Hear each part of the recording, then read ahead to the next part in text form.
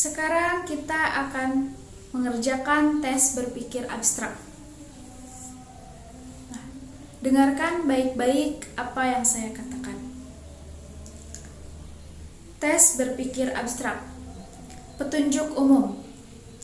Tujuan tes ini adalah mengetahui seberapa jauh Anda mengerti dan memecahkan soal-soal yang tidak berupa kata-kata, kalimat-kalimat, atau angka-angka, tetapi yang berupa gambar atau pola tertentu.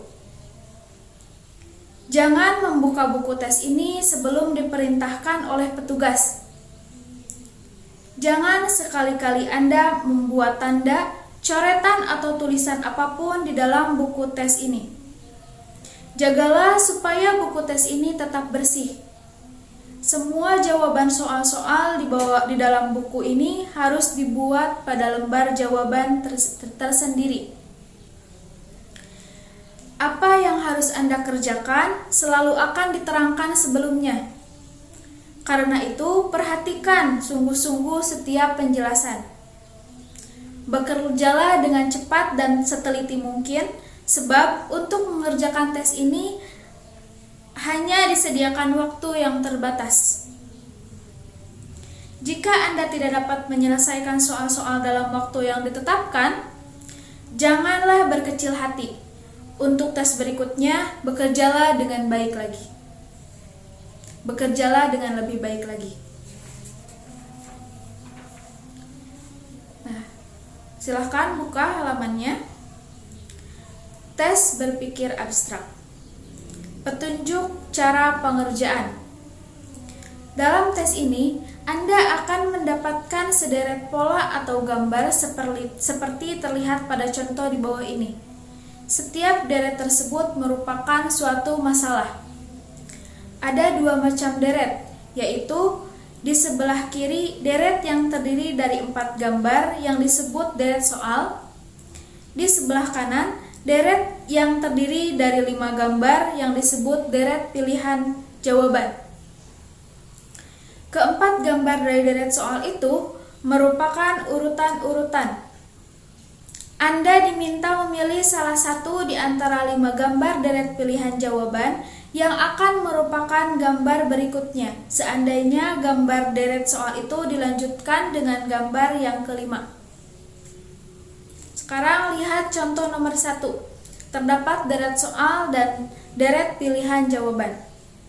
Nah, perhatikan, gambar-gambar garis dalam deret soal itu semakin condong ke kanan. Dalam kotak pertama, garis itu berdiri tegak.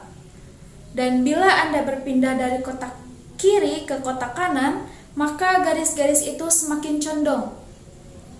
Dalam kotak kelima garis itu akan terlihat datar. Yang manakah di antara 5 garis dari deret pilihan jawaban yang tepat merupakan kotak kelima dari deret soal itu? Jawabannya adalah kotak D, yaitu garis mendatar. Untuk menjawab soal itu, Anda tidak boleh memberi tanda atau coretan apapun pada buku tes ini. Berikan jawaban Anda pada lembar-lembar tersendiri dengan cara memberi tanda silang pada huruf yang sesuai dengan huruf pada gambar yang merupakan jawaban soal yang bersangkutan. Untuk contoh di atas, huruf D yang benar jawaban. Berilah tanda silang sebagai berikut. Di sana terdapat nomor 1, terdapat A, B, C, dan D. Silanglah pada huruf D. Buka halaman selanjutnya. Nah, lihat contoh nomor 2. Di sana terdapat 4 kotak deret soal dan 5 kotak deret pilihan jawaban. Nah, pelajarilah kedudukan titik hitam dari deret soal itu.